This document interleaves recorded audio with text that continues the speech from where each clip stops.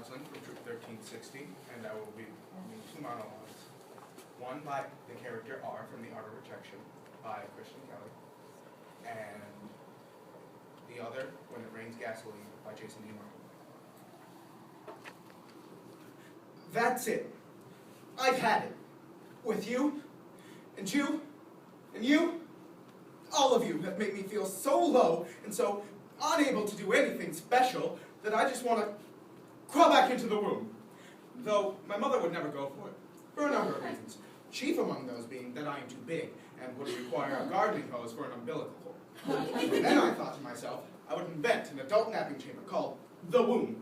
But I couldn't handle the possibility of failure, and I could never really actually find material that realistically felt like a womb. Regardless of the fact that even inanimate objects take pleasure in my demise, I'm going to make this pledge to transform myself like the great figures of literature. Odysseus, Edgar. You may not know him, but he had to disguise himself in King Lear. That mermaid with the whole tail to legs thing, pretty impressive actually. And those robots that literally transform into cars. Actually, I believe they're called transformers, which works rather well for someone who is largely unread and is not a 6-year-old girl. My transformation starts as of this moment, and I don't care what you think, say, or breathe. Whether you acknowledge me or not, or your thoughts on agricultural quotas in communist countries, if there even is such a thing.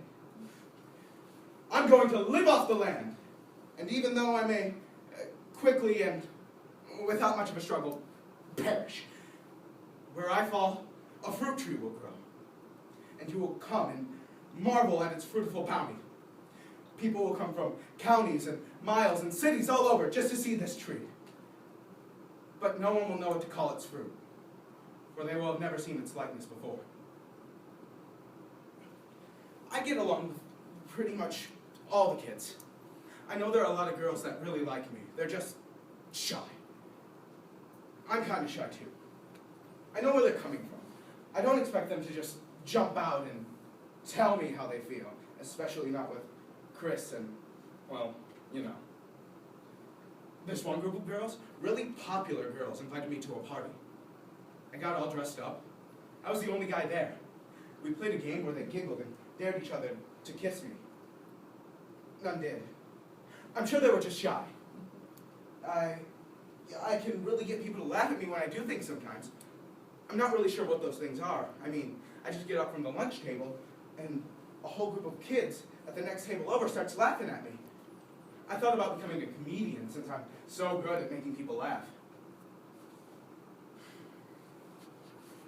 Especially Chris and Angus and, well, I don't really like making those guys laugh.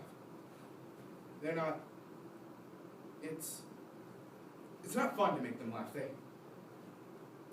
Sometimes I wish their little hearts would just freeze.